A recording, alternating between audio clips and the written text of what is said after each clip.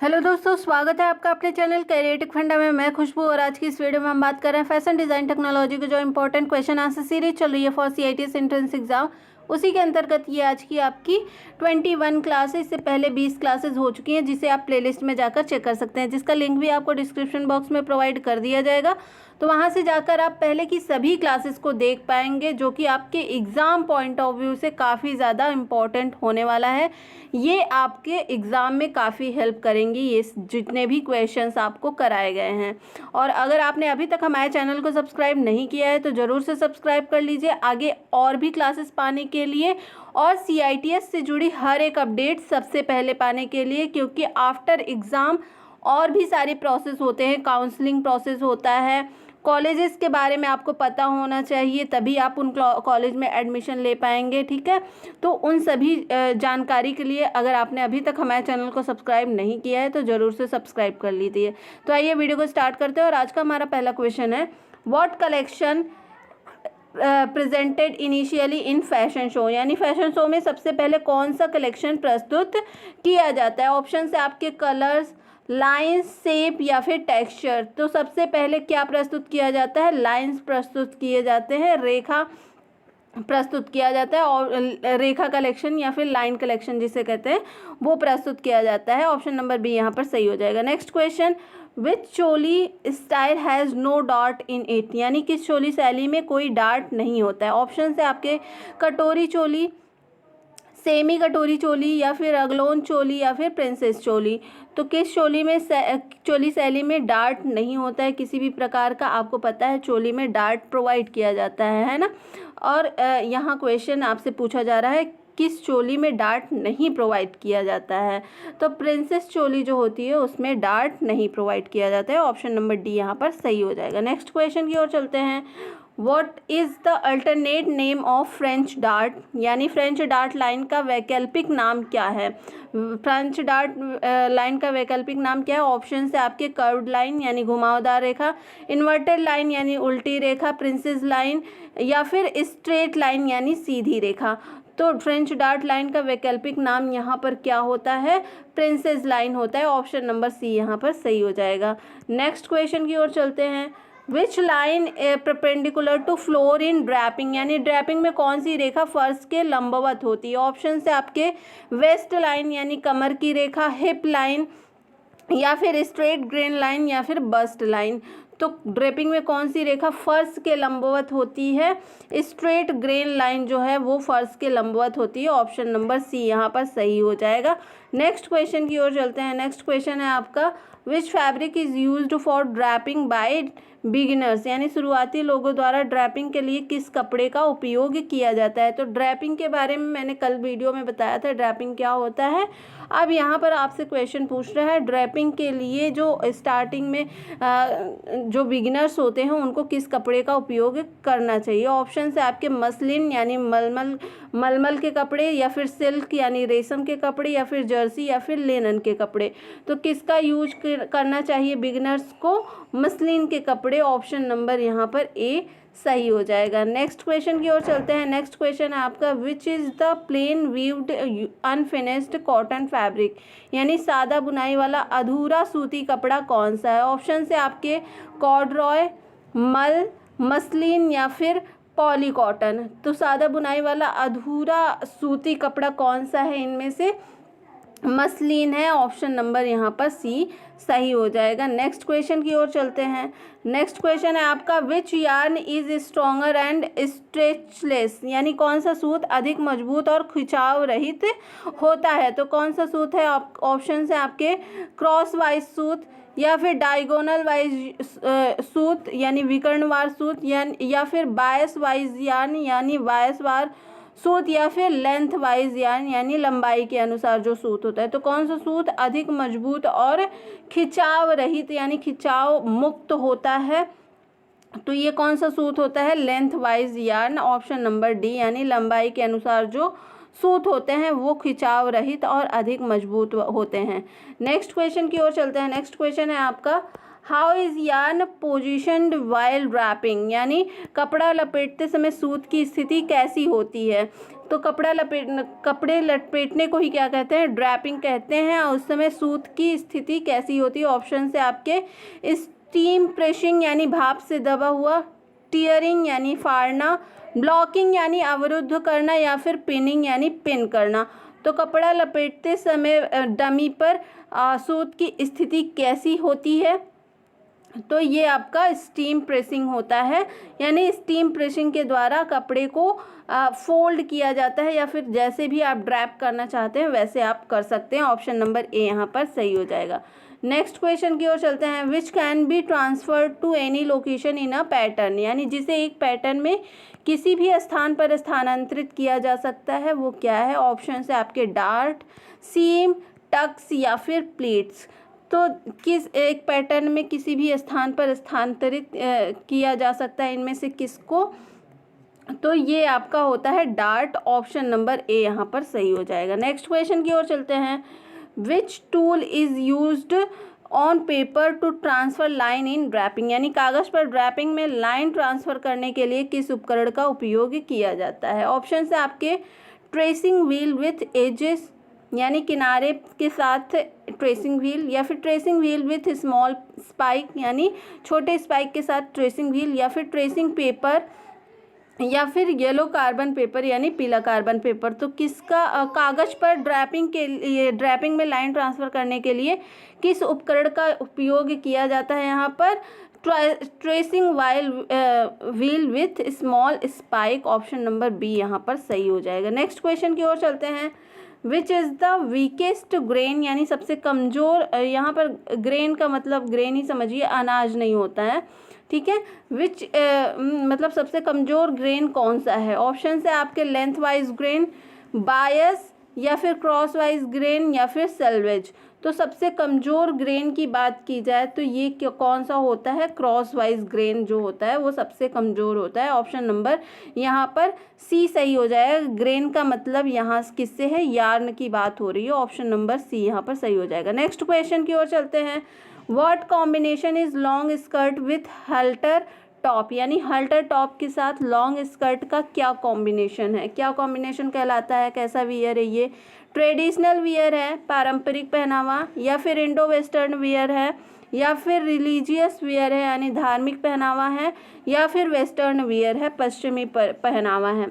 तो halter top के साथ लॉन्ग स्कर्ट क्या कॉम्बिनेशन कहलाता है, कैसा कॉम्बिनेशन है ये, इंडो वेस्टर्न कॉम्बिनेशन है, इंडो वेस्टर्न वियर है। ऑप्शन नंबर बी यहाँ पर सही हो जाएगा। नेक्स्ट क्वेश्चन की ओर चलते हैं। What make longer neck shorter, यानी लंबी गर्दन किससे छोटी हो जाती है। ऑप्शन से आपके लेंदी चेन, यानी लंबी चेन के साथ श्रृंखला का नहीं, या जो गले में चेन पहनते हैं उसकी बात हो रही है। हाई कॉलर्स यानी ऊंचे कॉलर, शॉर्ट नेकलेस यानी छोटा हार पहनने से, या फिर लॉन्गर नेकलेस लंबा हार पहनने से। जिसकी लंबी गर्दन है उस क्या चीज़ वो पहने कि उसकी गर्दन जो हो वो छोटी दिखने लगे, तो उसके लिए शॉर्ट नेकलेस पहना जाता है, यानी छोटे गले के हार जो होते हैं जिसको चोकर बोलते हैं उसे पहनना चाहिए। ऑप्शन नंबर सी यहाँ पर सही हो जाएगा। नेक्स्ट क्वेश्चन की ओर चलते हैं। नेक्स्ट क्वेश्चन है आपका। What characteristics should a sports wear have, यानी खेल परिधान में क्या विशेषताएं होनी चाहिए। ऑप्शन है easy to wear and stretchy, यानी पहनने में आसान और लचीले होने चाहिए, खिंचावदार होने चाहिए। थिक एंड हार्ड, मोटा और कठोर कपड़ा होना चाहिए, या फिर स्टिफ एंड क्रिस्प यानी कड़ा और कुरकुरा कपड़ा होना चाहिए। नॉन स्ट्रेचेबल कपड़ा होना चाहिए, गैर खिंचाव योग्य कपड़ा होता है। तो खेल के परिधान में पहनने वाले कपड़ों की विशेषता क्या होती है, सबको पता है कैसा होना चाहिए। ये पहनने में आरामदायक और लचीला होना चाहिए, यानी खिंचाव होना चाहिए प्रॉपर, यानी easy to wear and stretchy, जिससे क्या हो कि आप लंबे लंबे पैर फैलाते हैं या फिर हाथ ऊपर उठाते हैं या फिर अपने शरीर में खिंचाव पैदा करते हैं, उससे कपड़े आपके फटे नहीं और आप कंफर्टेबल भी रहें। ऑप्शन नंबर ए यहाँ पर सही हो जाएगा।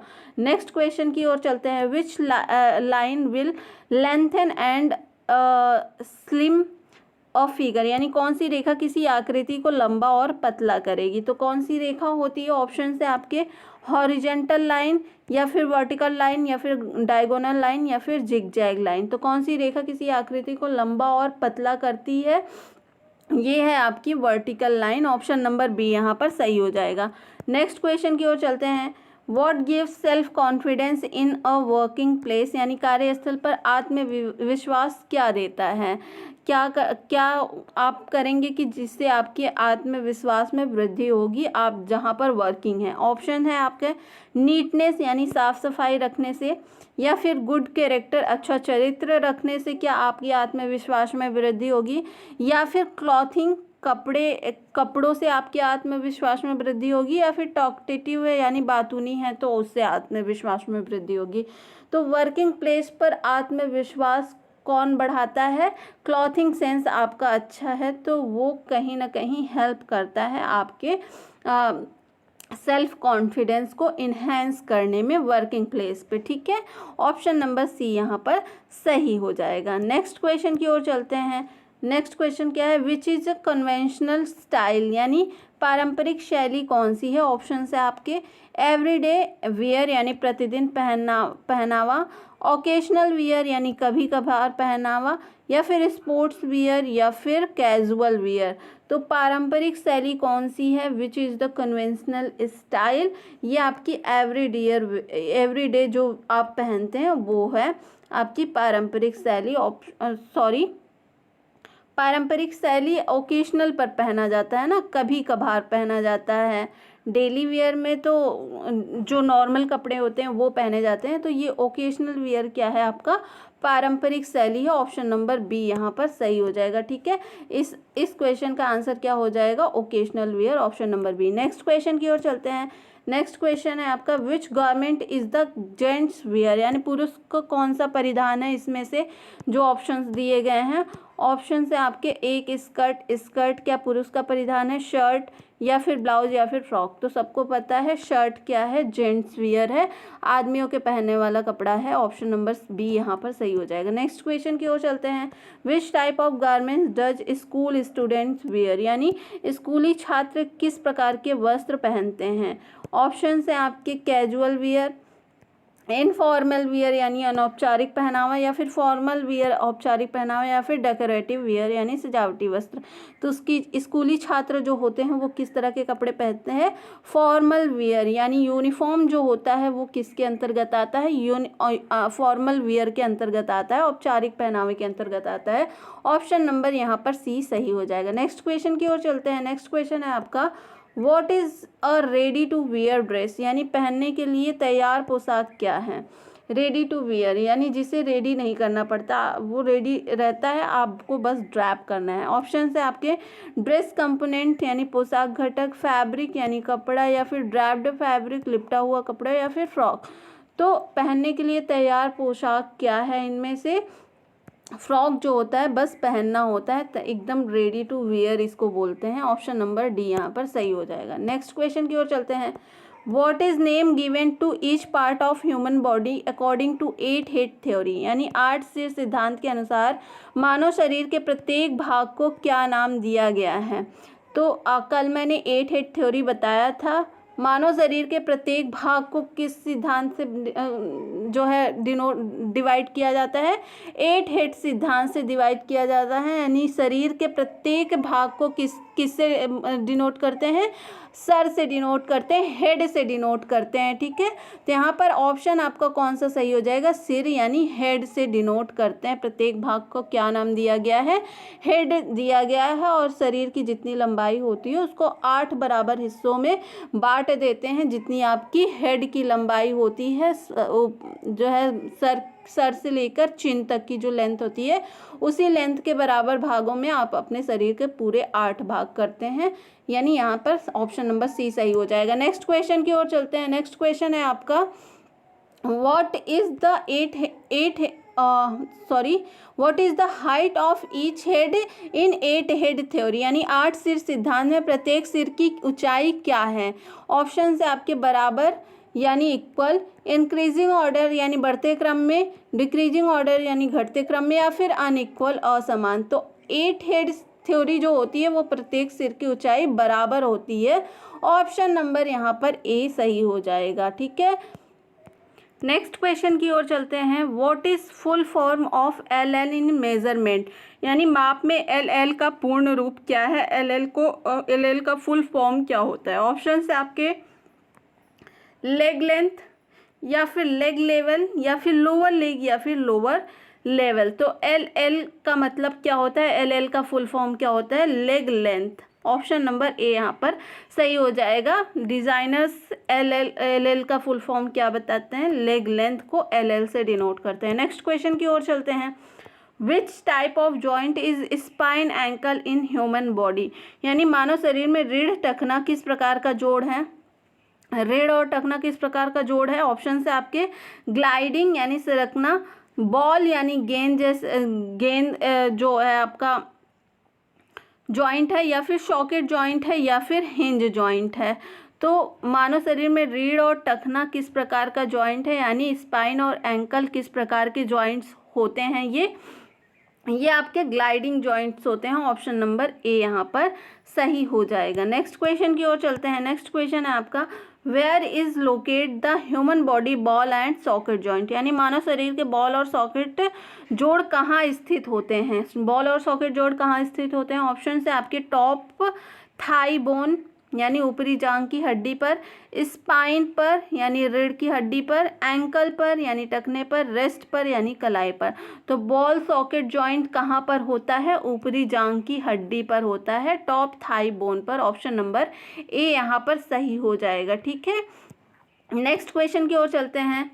What head comes under chin to nipple, यानी कौन सा सिर ठुड्डी के नीचे निपल तक आता है। ये 8 हेड थ्योरी की बात किया जा रहा है। 8 हेड थ्योरी के बारे में डिटेल मैंने कल बताया था, तो कल वाली वीडियो अगर आपने नहीं देखी है तो उसे प्लेलिस्ट में जाकर ज़रूर से देख लीजिएगा। तो उसमें 8 हेड थ्योरी पूरी बताई गई है। फर्स्ट हेड में कहाँ से कहाँ तक की लेंथ आती है, सेकेंड हेड में कहाँ से कहाँ तक की लेंथ आती है, ठीक है, थर्ड हेड की लेंथ कहाँ से कहाँ तक आती है। तो ये सारी चीज़ें आपको बताई गई हैं। अब यहाँ पर सिर्फ क्वेश्चन में हम क्वेश्चन देखेंगे कि कौन सा सिर ठुड्डी से यानी चिन एरिया से निपल तक आता है।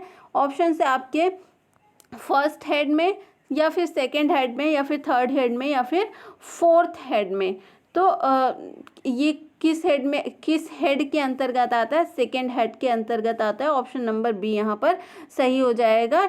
चिन से निपल तक की जो लेंथ होती है वो सेकेंड हेड थ्योरी में आती है। Option number B. Next question की ओर चलते हैं।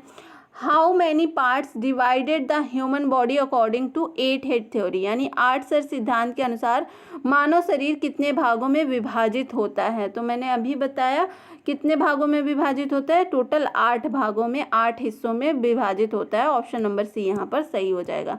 नेक्स्ट क्वेश्चन की ओर चलते हैं। व्हाट इज टॉलरेंस, यानी सहनशीलता क्या है।